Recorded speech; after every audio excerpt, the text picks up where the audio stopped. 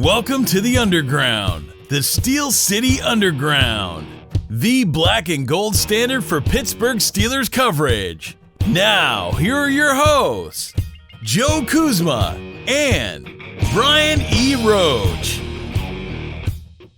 Hello, everyone, and welcome to another edition of the Steel City Underground podcast. My name is Joe Kuzma, and joining me today is one Mr. Brian E. Roach. Brian, I usually have some type of cool introduction, but, you know, after I started to play with this in my mind, I know you're familiar with the Geico commercials. And I was going to go, Mike, but you're not Mike. And it doesn't work with Brian, like the camel, the hump day, you know? It's the day that all the players report to training camp. It's finally here, my friend. How are you feeling? I feel great, and I think you should just call yourself Froggy Joe. Froggy Joe, I know my my throat. Sorry, I try not to do that in the microphone, but geez, oh man, I don't know what's going on. Very nasally today, so my apologies. You know, I'm not at the top of my game, but you know what? We've been working out all off season, and we're prepping for the regular season. You know, so if we're a little off, you know, I don't know. I'm still, you know, dealing with Browns fans who can't handle my takes about their team. So some more cordially than others. I think what's amazing is the ones that are more like, well, we never said we were going to go win the Super Bowl and this, that, and the other thing. Tend to not come at me so trollish, and they're the ones that aren't hearing what all the rest of their fan base is saying. You know what I mean?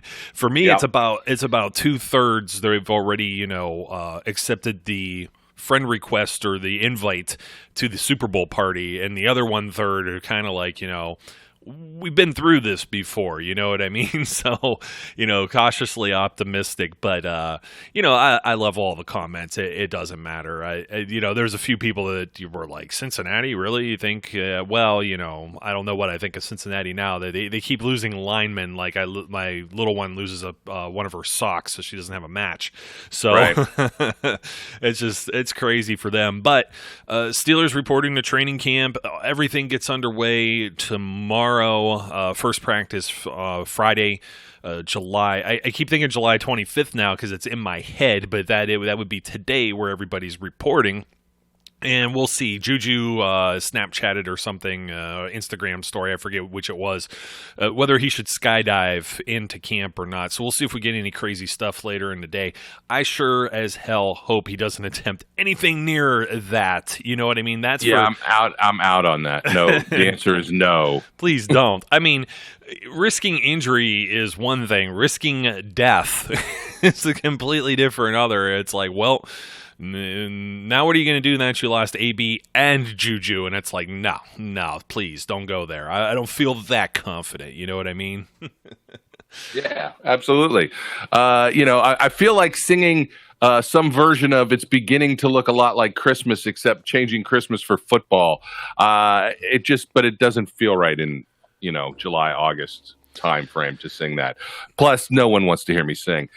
But and by no one, there's an asterisk there, and then next to the asterisk it's me. Yes, that's true. But you know, this should be a national holiday. Football is our national obsession, and I think we should all be able to put our feet up, enjoy a cold one, and just watch players report to us today. But it doesn't work out like that.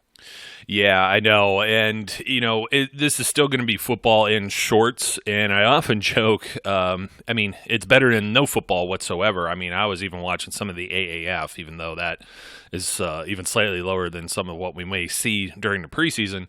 But regardless, you know, we got football. And, you know, I have a sign that's up, you know, in the man cave. And it says, I think it's, I hope I don't butcher this. I always butcher jokes, you know what I mean?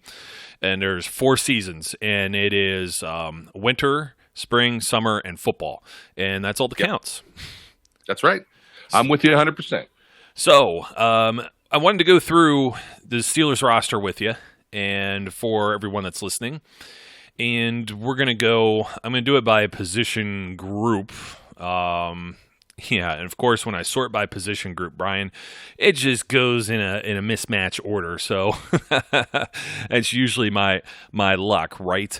But anyways, we have some of the underdogs. We think in order to make the Steelers roster, either the 53, which has very few spots available, especially with 8 draft picks, and then the practice squad. So I want to dive right into this, and I'm thinking we could just bypass the quarterback position. I mean, we know who Big Ben is. We know who Josh Dobbs is. We know who Mason Rudolph is. And with all respect to Devlin Hodges, I don't think he's a very long shot with, the investment already made in Dobbs and Rudolph. And I think we could just maybe hop on over to, running backs, maybe, I guess. When you're looking at some of the players that are here on the roster, I think one of the ones that was on the practice squad last year, actually promoted to the active roster at the end of the year, week 17, was Trey Edmonds. And if that sounds familiar, it's because he's another one of these Edmond brothers. I guess they, have a factory where they make these premium athletes, and then you can go and get one. And the Steelers happen to have 2 of them. However, you just you don't even realize he's there because there are so many other running backs on the depth chart. But you can never have enough, as we found out in previous years. Somebody like Le'Veon Bell gets hurt, D'Angelo Williams gets hurt, and then you're left with Jordan Todman or he who shall not be named, because I don't remember his name, but he was the one that was running his mouth about Ben being a diva and everything earlier this year. Of course, I do know his name. I just won't say it. He doesn't deserve it. He's a meanie. So, but you just never know. These are guys that got to carry the rock, in the Steelers' backfield. And Trey Edmonds is one I think that everyone should, keep an eye out for during camp at least. He's wearing number 33. Yeah, I think it's pretty well determined that you're going to have James Conner, Benny Snell, and Jalen Samuels. But that is, as you said, that's provided, knock on wood, that nobody gets dinged, nobody gets a hit or is unavailable at the beginning of the season. And Edmonds is a guy that I think can maybe sneak into the conversation, if nothing else, maybe earn a practice squad spot. But maybe if something happens and somebody's not ready, that could be a guy that could compete for the 3rd spot. As you just mentioned, when you think about some of the guys the Steelers have had to rely on, during the last few seasons, when Bell was there and would get injured, or when James Conner was there and we would have some injuries, you never know. One of these guys who right now might feel like they're on the outside looking in could be a guy that they have to depend on. So it'll be interesting to see how well Edmonds performs and some of the other guys as well.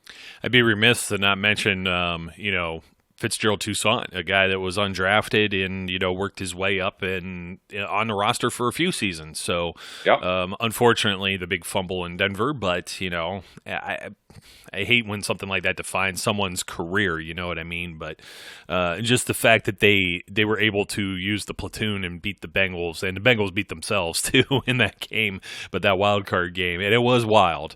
But they were limping into Cincinnati, and maybe they need somebody, it's tough because there's so many different variables that work into this or at play. I mean, the Steelers could have 2 running backs on the practice squad, but if another position ends up being kind of lacking and they need a body literally for practice, one of these guys could get, easily released and maybe even brought back after the fact. But a few other names that are out there: Trayvon McMillan, we had mentioned him from Colorado, speedy guy, 6 foot, 209, very shifty. And then a lot of we've been hearing some buzz about Ralph Webb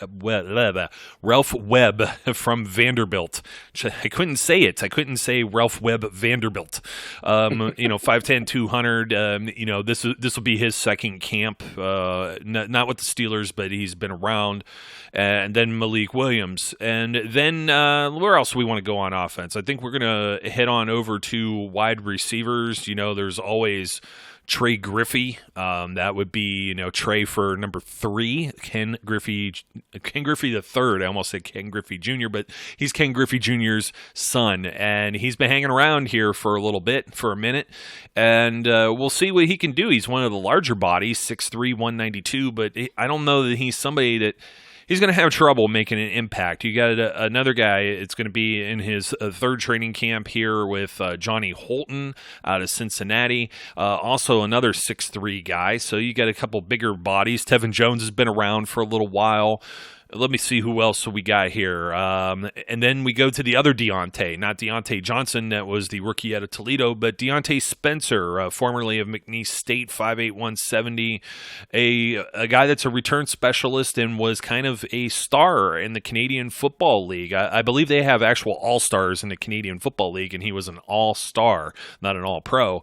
They also have a Grey Cup. I can never figure that stuff out. And the field goal posts are in the way, Brian. You ever watch the Canadian Football League? It just I try, and when we talk about football and CFL's playing, right now, and it's like I can't get into it. I could get into the AAF when it was on, but the Canadian rules just they drive me crazy. But anyways, if Deontay Spencer makes the short adjustment for coming back and playing in the States, he's somebody, if he makes a little bit of a splash as a special team guy, he shows flashes. He could be somebody that hangs around for a little bit too, but a very loaded depth chart at wide receiver for the Steelers heading into camp. Yeah, I mean, when we broke down this position group, the biggest question was whether it's going to be Ryan Switzer or Eli Rogers, and or do they both manage to sneak onto the roster? And I'm still up in the air on that. And because of that, it's going to be really hard for a wide receiver to crack, the 53 on this. But that doesn't mean, again, just like with every other position group, a inconvenient or an untimely injury can give somebody the shot. You mentioned Trey Griffey, who of course we have that soft spot being, Ken Griffey Jr. fans and maybe Red fans or whatever. But I think, after the mini camps, one of the beat writers said that they thought Trey Griffey was the best route runner on the team. And so, it's not that Trey Griffey doesn't have any talent. It's not that Trey Griffey doesn't have the ability to do some stuff. But again, it's just going to be a tough roster to crack. And I think that's the same thing for Spencer. But that doesn't mean these guys can't find their way onto the practice squad. And if something happens, find a way onto, the team. I think initially it's just going to be really tough. As you said, there's a lot of depth there, and the top of that chart is really loaded and pretty much set. So it's a tough row for any of the wide receiver guys to hoe, so to speak. But who knows? You never know. And I enjoy watching that group anyway, and I'll be interested to see how Trey Griffey looks, how Spencer looks, and how some of the other guys can contribute, and whether or not that who ends up being around after all is said and done, and whether they're on the practice squad or not. Yeah, I mean, it's so tough. I mean, I hate always talking about guys like losing their jobs, or these are guys that are on the outside looking in, so to speak. It's why I want to say underdogs. Some people would just say camp bodies, but I really feel that there's quite a few players heading into camp. There's some where you look, some seasons you're just like, there's not a chance. It's kind of a favor. This guy's here, something of that nature. And then I'm looking up and down the roster for everyone that's reporting or should be reporting. We had the one year where, the one safety that was signed, it was kind of taken off. I don't want to say taken off the scrap pile, but you know what I mean. He was waived or released, and then the Steelers picked him up, and then he didn't even report. So, you have those kind of things that happen. What was it? Dree Archer that didn't show up in Buffalo or something like that too, the one year. Yeah. So, yeah, I mean, so it's always tough to talk about this, but I think there's players that have already had some practice squad experience or have already been in camp for the Steelers. We're going to talk about a few players here. The tight end group is kind of smallish here, and when you're talking about a lack of depth here, I think, with the Steelers, because nobody knows who Zach Gentry is yet. We haven't seen him. There's a lot of, speculation and unknown, and, Jesse James was a reliable hand. Can Zach Gentry also be a reliable hand? He's a rookie that always kind of goes, against the grain there. Very much like Jesse, he's a large human being. He's 6'8", 265. He's from a Big Ten school, but unless he completely, falls flat on his face, I think this is kind of locked up with Vance McDonald, Xavier Grimble, who had been fighting for a spot for the longest time. Now, here's the flip side of this, Brian. Xavier Grimble's back on a one-year deal. We were speculating in the offseason whether he'd be back or not at all. But he is a veteran, and I think that's going to give him a tip of the cap as maybe the backup. But if Gentry looks just that good, is there somebody else on the roster that's going to look as good or better? I don't know, because we talked about Kevin Rader from my alma mater at Youngstown State. Like I said, I don't know necessarily the most pass-heavy program, but he's kind of a sure-handed guy. But he's also 6'4", 250. Everybody else is 6'4", but I mean Zach Gentry's 6'8", 265, and Christian Scotland Williamson is 6'9", nice, 274. He's the UK conversion project, but then once again, the Steelers have converted all kinds of guys. Rosie Nix was a nose tackle. Alejandro Villanueva played everything but punter. And if they see the talent and the ability there's Mike Tomlin likes large human beings too. So I mean, there's two things at play here. This is a development project, so to speak, as far as converting to another position or even another sport in this case.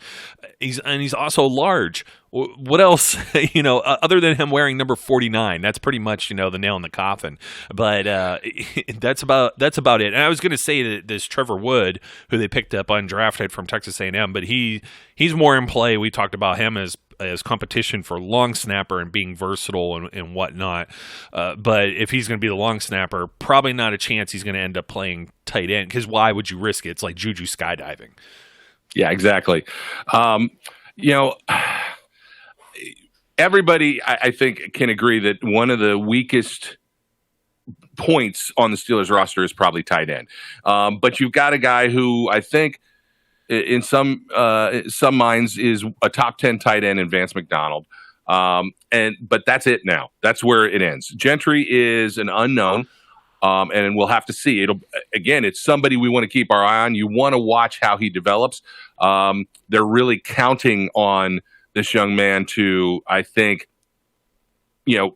take on one of these roles, whether it's the number 2 tight end, which is, I think, what they'd like him to do, or the number 3 spot.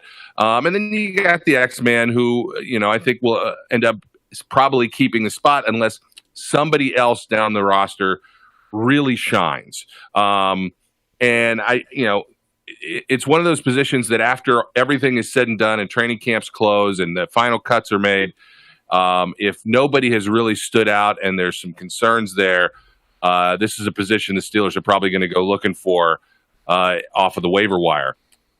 We'll see, because who knows what's going to be out there and what's going to be available. And, with their cap situation, who knows whether they can afford to sign anyone. Yeah. So, I have the bromance with Cortland Williamson, because I just want to hear him speak in a British accent after catching a touchdown pass in a game. That's it. It's the whole point of it. He's a giant man, and I want to hear him go, well, I can't do a British accent, so forget it. I'm not going to try. Excuse me, Governor. sir. Welcome, Governor. I'd like to tell you I'd really enjoy catching that touchdown pass. That's not too bad. The one my daughter got me, she's 5 years old. We were swimming last week. She has a Barbie boat that floats in the pool. And there was a thing my wife had been doing with her for the longest time, and I almost got her, but she flipped the switch in her head. She's witty. She's very witty for her age.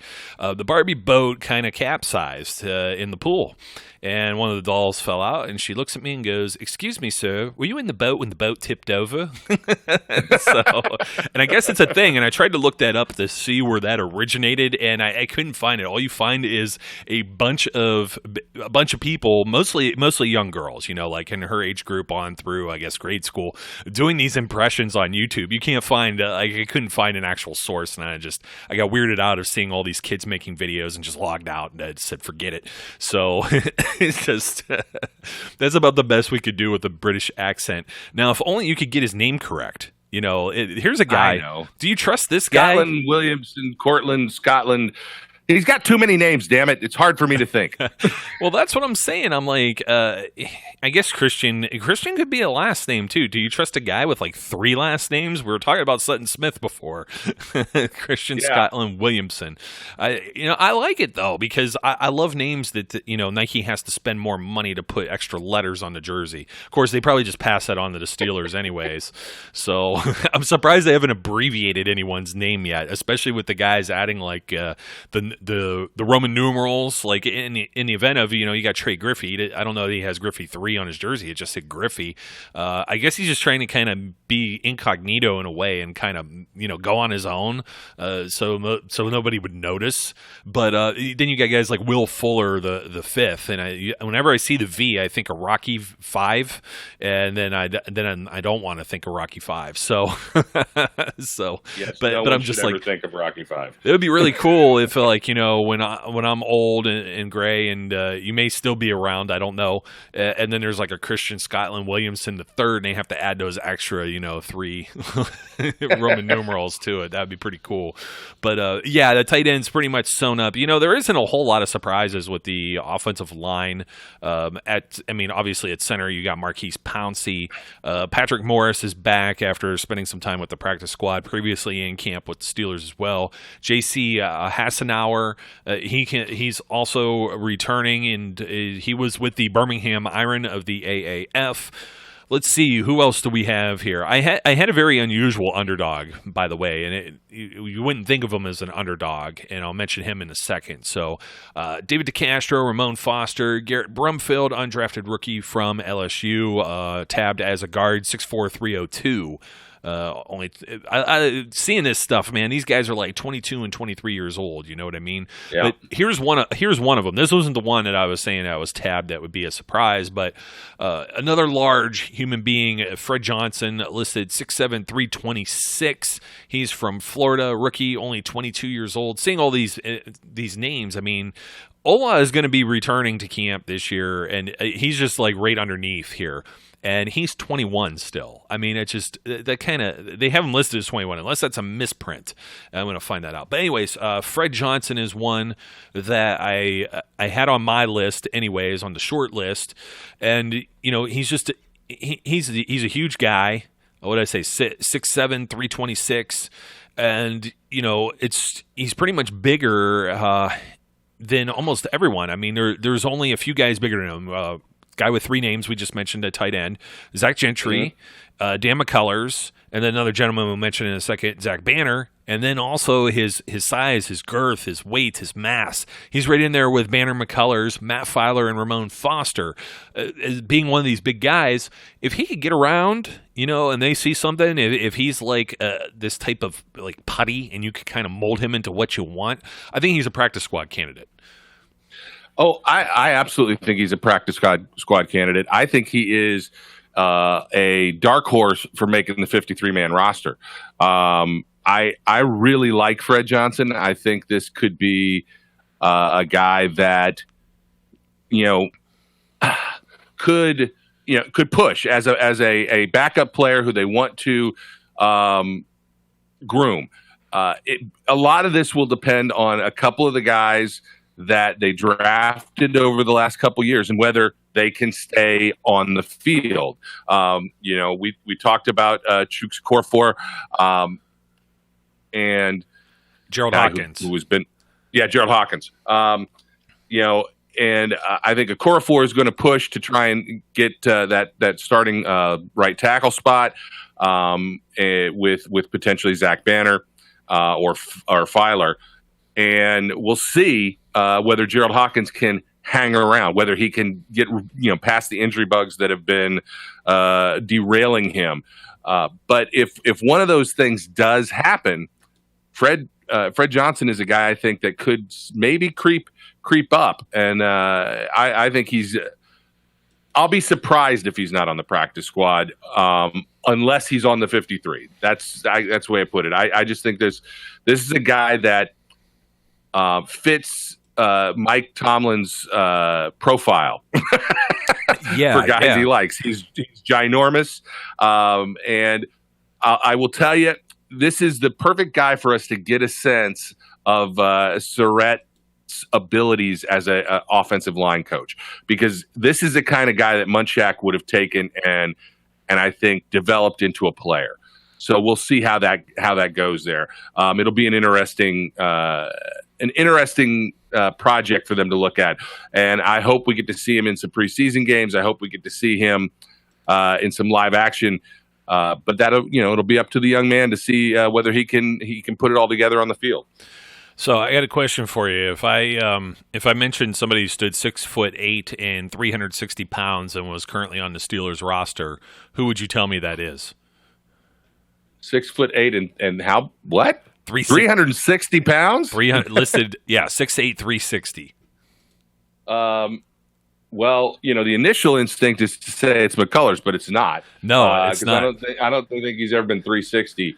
I have no idea. McCullers is close. He's listed as 6'7", 352. So this is the guy that doesn't get enough love. He was on the 53-man roster all of last year, and kind of reminds me of Matt Filer, because Matt Filer kind of he hung on. You didn't think much of Matt Filer. Oh, he made the 53. He's an extra lineman. There isn't much depth. And all of a sudden he becomes a starting right tackle. And I'm still not sure that he's getting enough maybe respect or being talked about quietly holding that job. And I know people are going to compete because we mentioned Hawkins, we mentioned a core of four, you got some other capable tackles, but here is a very large guy that once again fits the profile we're talking about. It's actually bigger than Dan McCullers, and his name is Zach Banner, and he was on the roster last year. And it feels so foreign to me to say that he's like a little known name or an underdog or anything like that, but just based on everything else that we talked about, it's if you can improve at a position, you're going to. That's the way it's going to be. And they drafted Derwin Gray, so he's another guy that's out there you're going to want to keep your eye on.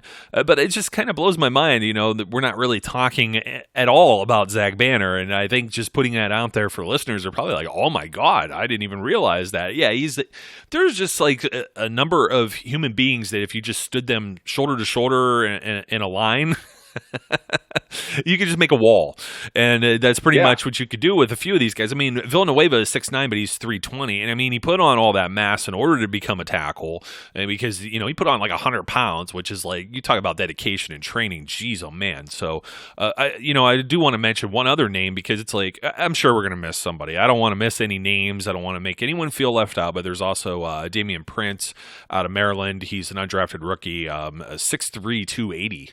So that's kind of interesting. That's like a Kelvin Beachum size, you know what I mean? Yeah. So, be interesting to watch, because quite a few of these guys will get some playing time. They'll get a lot, unless the starters stay in, and I don't know that necessarily Mike Tomlin's going to risk that.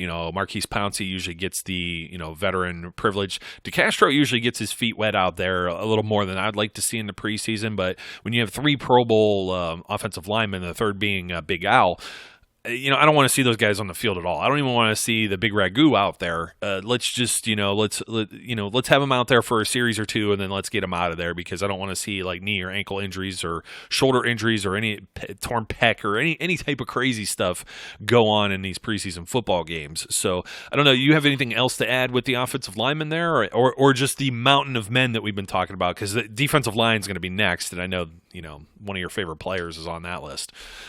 Well, yeah, that's true. But no, I think that there's some interest in the offensive line, because look, they got a lot of guys there that could potentially provide great depth and backup ability, and we've seen over the past couple seasons how important that is. So these are guys that it's worth paying attention to, but.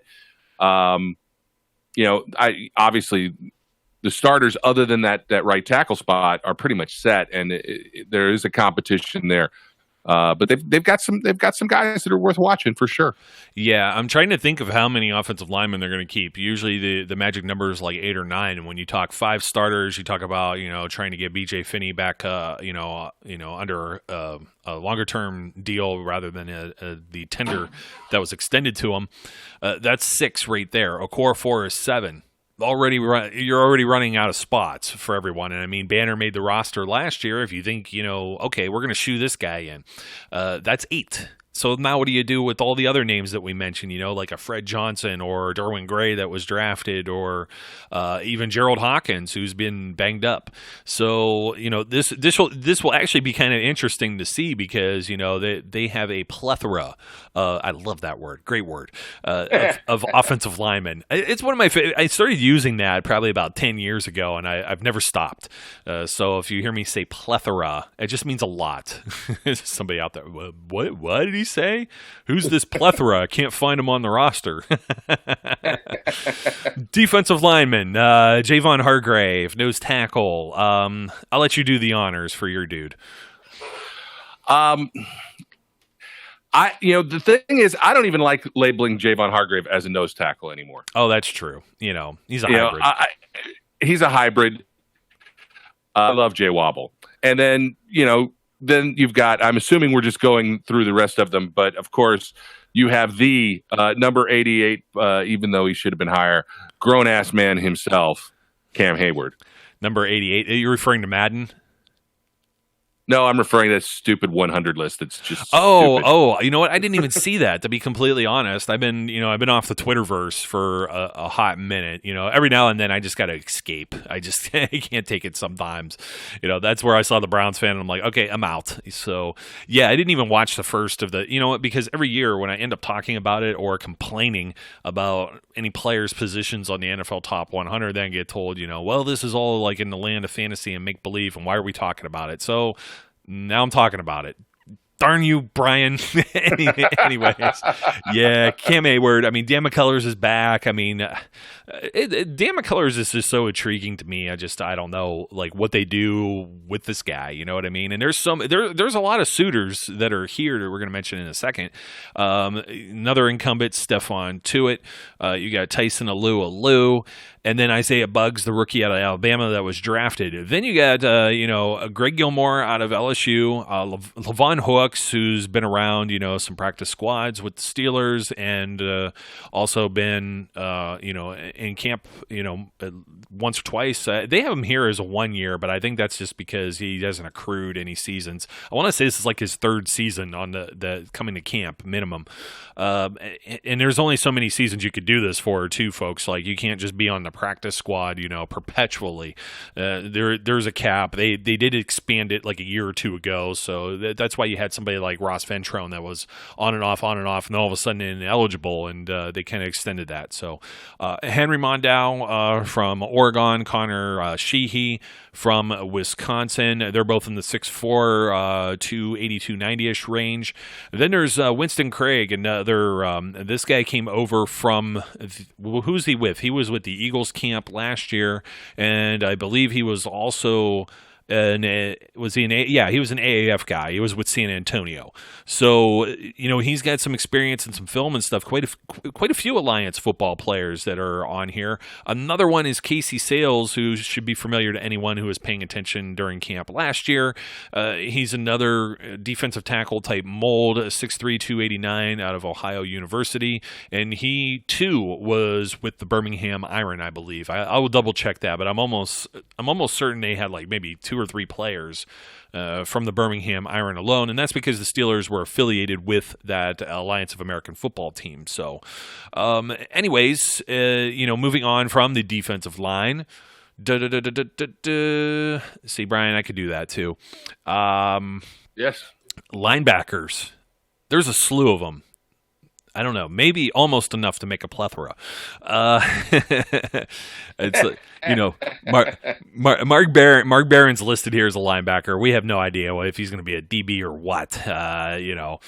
Devin Bush, obviously rookie. Anthony Chickalo is back as well as a veteran. Bud Dupree, Tyler Matakevich.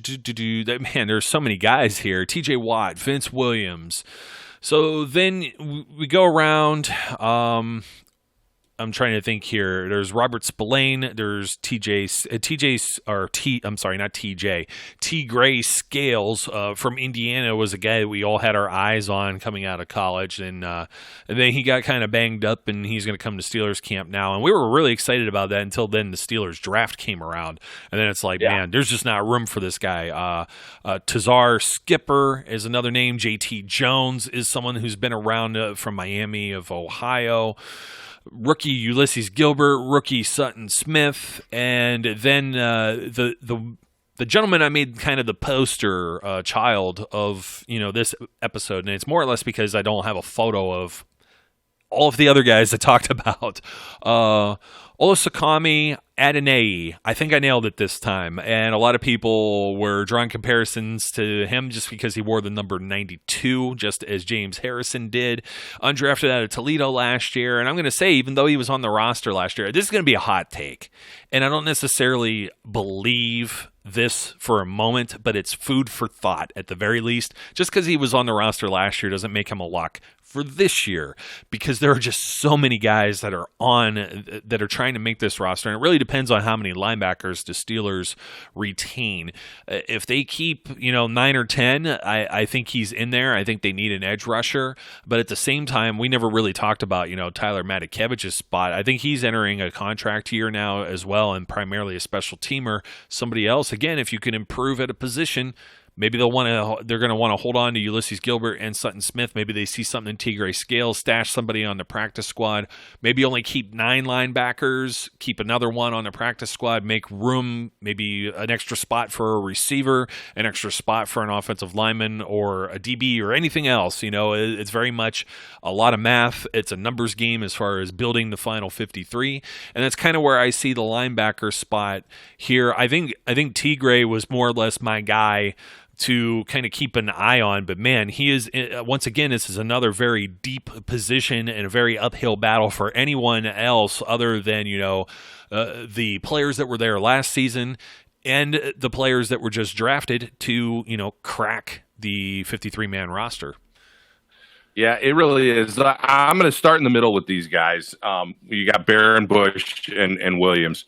Matakevich is a guy that plays in the middle. I've said it all along, and I'll say it again. Despite the fact that he's considered a special team ace, I think Matakevich is at risk, and he has to have a really strong camp. But I also think that one of the nice things that I think we will see is we will not see Matakevich taking any snaps with the ones, which we shouldn't. We've seen it, and we don't need to see it anymore. And I say that with great love and affection for Dirty Red. But his top end is not going to be a starter in the NFL. And whether or not he can continue to perform, because I think when the ratings, the wizard, professor, but the weird conjuring that Pro Football Focus does and comes up with these bizarre ratings.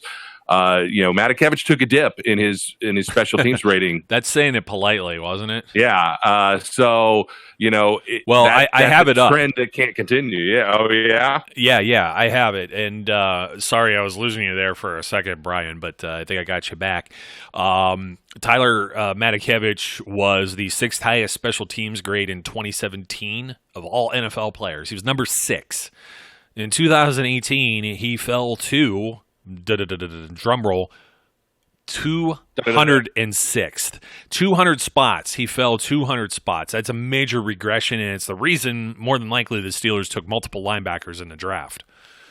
Yeah. So, I really think that puts him at some risk. Now, as you start to then question who are the other guys that are going to play on the inside? Is Ulysses Gilbert going to be an inside guy? I don't think so. He's really an outside guy. There's been talk, could you move Bud Dupree on the inside guy? No, he's not. He's an outside guy.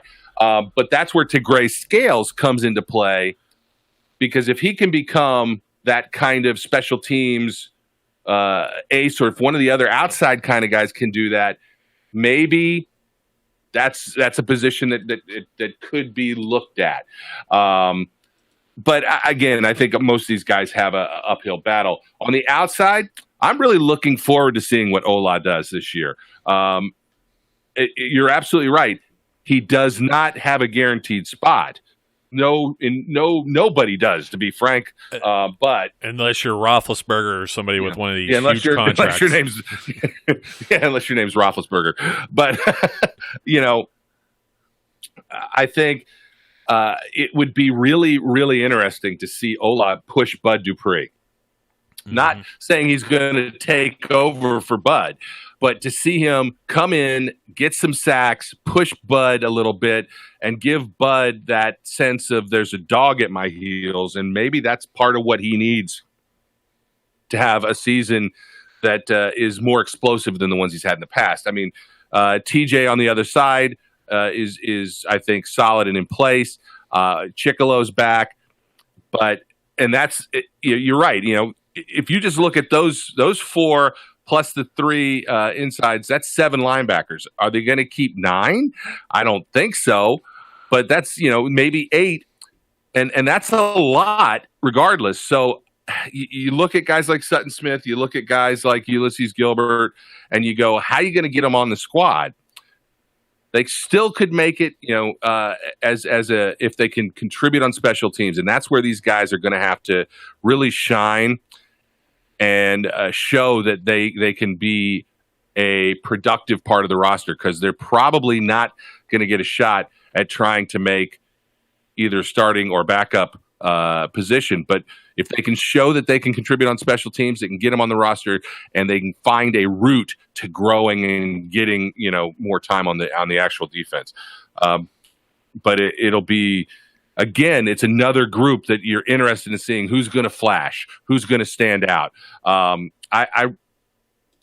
kind of, I know there's a lot of people are on Sutton Smith's jock, so to speak. I'm not. I keep saying the same things over. He's got tiny arms and tiny hands, but but I love his motor. I love his drive. How dare you? How dare you? I don't care. People can yell at me and scream. I don't care. I love his head for football. I just don't know that he's going to find an easy way to get onto this roster unless he can be a special teamer. I like Ulysses Gilbert the third. I think I want him to make it so that we can have a Ulysses S. Grant nickname or something weird like he's the president. I don't know what it is, but that's what I want. We'll have to wait and see. Again, as with so many cases, there's just a lot to look at here, and there's reason to want to see how these competitions go down. You're saying you want a nickname for Ulysses. He could be the governor. Governor, yeah, governor. Or no, we have what we could have is we could have like a president. He could be the president, or the general. He could be the general. There you go. And Christian Scotland Williamson could be the governor. Governor. Yeah. That'd be great. Everybody's going to get like a nickname now. Then we need like Private Chicolo or something like that. So. And did I mention? I think I said Robert Spillane at some point in this yes. in this rant. So I just making sure I didn't want to leave anyone out. Let's see. What do we got left? We've got cornerbacks. There's a plethora of them too. There just is. Yeah. I didn't actually, when I mentioned the centers, I forgot they have BJ Finney kind of listed weird as center guard, but I did kind of briefly mention him. That's not an oversight. He's just somebody that's in a contract situation right now. So, yeah. Here's somebody that's been kind of in limbo when it comes to. He's been on the roster, man. I mean, he was one of the larger corners that they've had for a while, and just not a whole lot of playing time with Brian Allen out of Utah, and third year or so here, and the clock's ticking because the clock's also ticking for an Artie Burns. You got Marcellus Branch, a local guy, sort of kind of Pittsburgh area from Robert Morris. He's out there, 5'11", 180. We'll see what he can do. Joe Hayden's still on the roster. Mike Hilton reporting to camp. We've mentioned before, contract situation as well. Justin Lane, Steven Nelson, free agent acquisition. Cam Sutton entering year 3.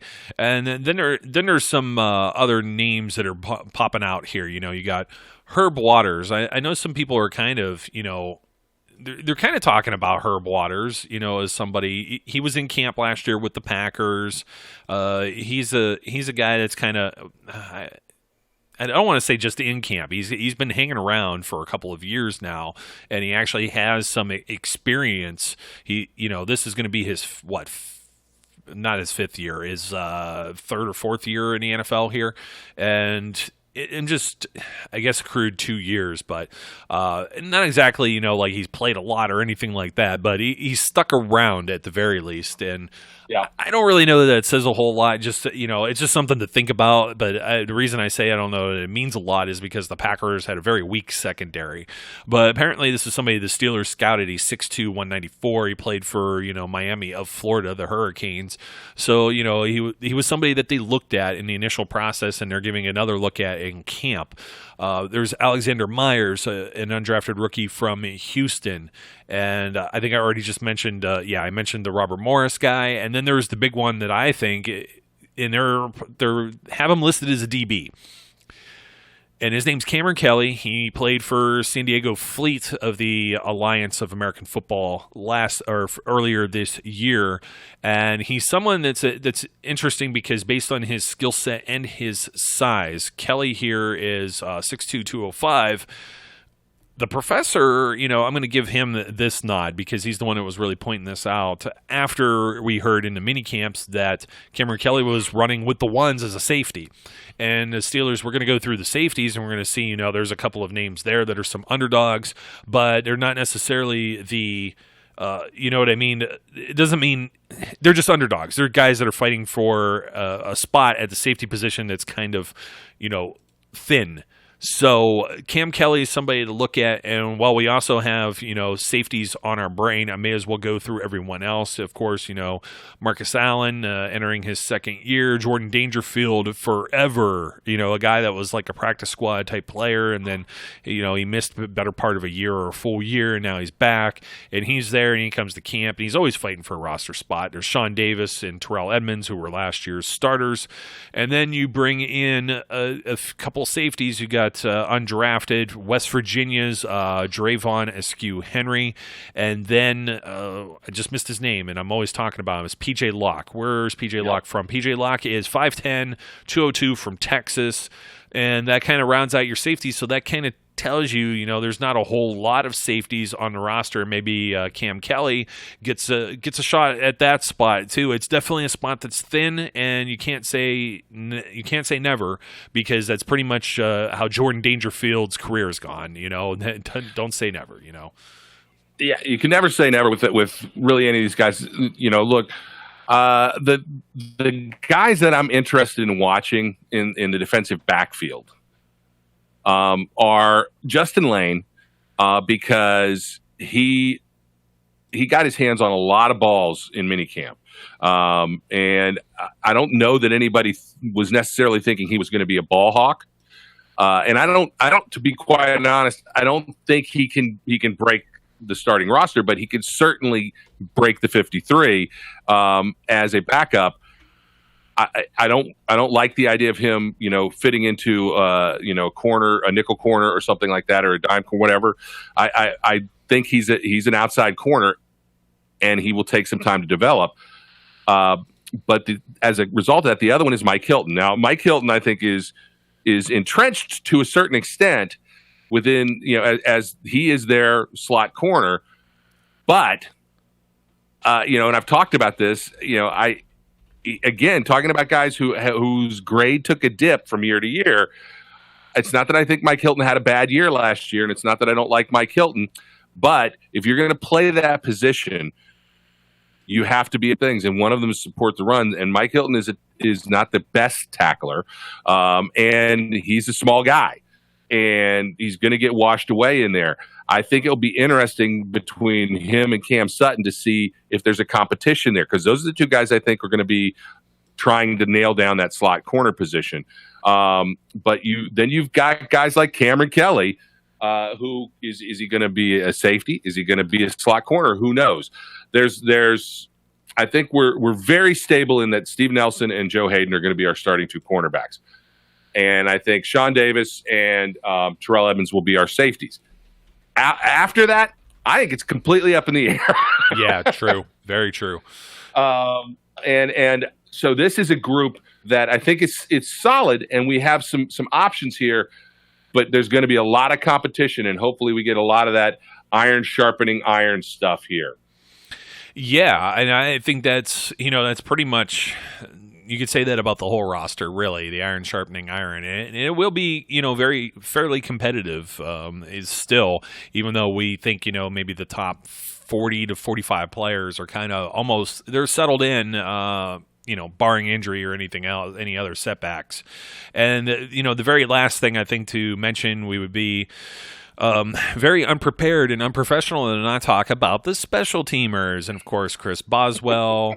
Yeah, come on. Kickers are people, too. Come on. Get on board with this. Matthew Wright from Central Florida. He will be competing with Boswell during camp. There are also 2 punters, Jordan Berry, the incumbent, and Ian Berryman. Just the irony of having that name. It was like we were just talking about. Take Jordan. Hey, Jordan Berry. We need to just add more letters to your nameplate on the back of your jersey.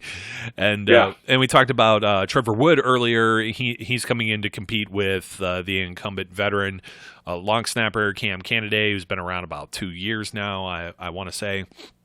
So they're looking at this whole process. He's entering. This will be year 3 for Cam Canada. So, this is going to be interesting. Special teams. We just saw from the Tyler Matakevich quote there, Steelers with 8 draft picks. Definitely some of those picks are geared toward special teams, toward punt and kick teams and things of that nature. And they were, near the bottom as far as special teams last year. I know a lot of people are wondering, Danny Smith pacing around camp, chewing all his gum. How's this guy? He may be on the hot seat too, as far as the coaching staff's concerned, if this doesn't improve. But I think sometimes it's personnel, and they got some of the personnel here, so that that's how these guys are going to cut their teeth. Guys like James Harrison, this is how Vince Williams, special teams. This is how they made their mark and ended up working their way up into a regular role on either side, offense or defense. This is still playing time. This is still playing in the NFL. This is still earning a paycheck for special teams. It may not be what you want to do. It may be a start over for some of the gentlemen who played in college or some other professional leagues, but it's required, it's necessary, and it can cost you games, as the Steelers saw last season. So keep your eye on that as well. And Brian, you know what? Thanks once again for joining me, my friend. I mean, we could have stretched this one out a little bit, but let's wait until we see some of the activity that's going on here throughout the weekend, and I'll either reconvene with you, or I may talk with the professor, who I plan on seeing out at camp as well, and have him on the program, and we'll talk to people about what we saw. Absolutely. Can't wait to and let's all celebrate our national holiday.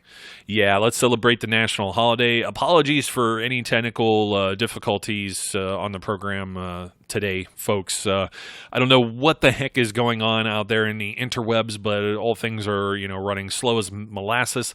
Let's just be happy that it's basically the football hump day.